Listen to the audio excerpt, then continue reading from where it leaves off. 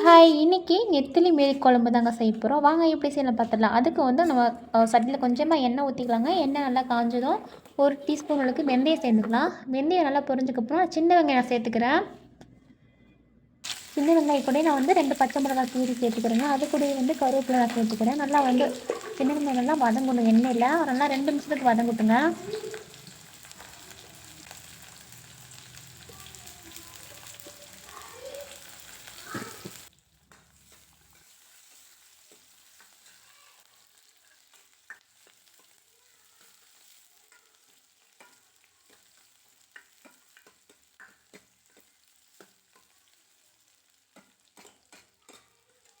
இப்போது வெங்காயம் நல்லா வதங்கிடுச்சுங்க. இது கூட 2 தக்காளி பழம் நல்லா பழமாக சேர்த்துக்கிறேங்க. இதையும் நல்லா வந்து ஒரு 2 நிமிஷத்துக்கு நல்லா வதக்க விடுவோம்.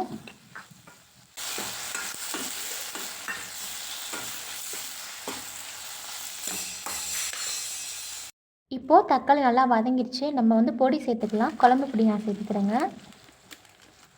தேவையான அளவுக்கு நம்ம வந்து காரத்துக்கு ஏற்ற மாதிரி சேர்த்துக்கலாம். சேர்த்துக்கப்புறமா நான் ஒரு பெரிய லெமன் சைஸ்க்கு புளி ஊற வச்சு தண்ணி நான் வந்து எடுத்து வச்சுருக்கேங்க. புளி தண்ணி நம்ம வந்து சேர்த்துக்கலாம். உங்களுக்கு இன்னும் கொஞ்சம் தண்ணி வேணுமா நீங்கள் தண்ணி சேர்த்துக்குங்க. நான் ஒரு கிளாஸ்க்கு தண்ணி வந்து நான் வந்து சேர்த்துக்கிறேங்க. இது கூட வந்து பார்த்திங்கன்னா பூண்டு பல் நான் வந்து ஒரு 10-15 பூண்டு பல் நான் வந்து உரித்து வச்சுருக்கேன். அதையும் நம்ம சேர்த்துக்கலாம். தேவையான அளவுக்கு நம்ம உப்பு சேர்த்துடலாம். 1/4 டீஸ்பூன் அளவுக்கு மஞ்சத்தூள் நம்ம சேர்த்துடலாம்.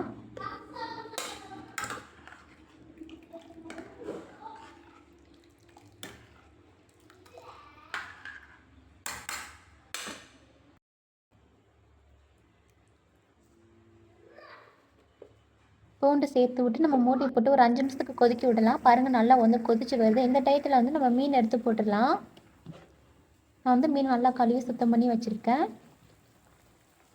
இதான் இன்றைக்கி நான் ஃபஸ்ட் டைம் வந்து நான் குழம்பு வைக்கிறேன் நெத்திலி மீன்.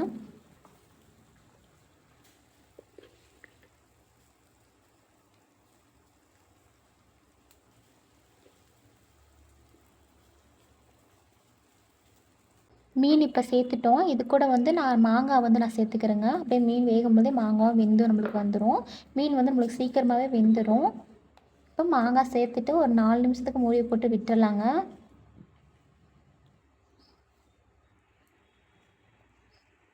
இப்போ பாருங்கள் மீன் நல்லா வந்து நம்மளுக்கு ஒரு 3/4 வேக்காடு நல்லா வெந்துருச்சு. இன்னும் கொஞ்சம் எனக்கு குழம்பு வந்து கொஞ்சம் சுண்டி வரணும். இன்னும் ஒரு 2 நிமிஷம் இல்லை 3 நிமிஷம் வந்து அடுப்பில் வச்சுட்டு நம்ம வந்து அடுப்பை ஆஃப் பண்ணிடலாம். மீன் பாருங்கள் நல்லா சூப்பராக வெந்து வந்திருக்கு. இன்னும் கொஞ்சம் குழம்பு வந்து சுண்டணும். அதுக்காக நான் ஒரு 2-3 நிமிஷம் வச்சிடுறேங்க அடுப்பில்.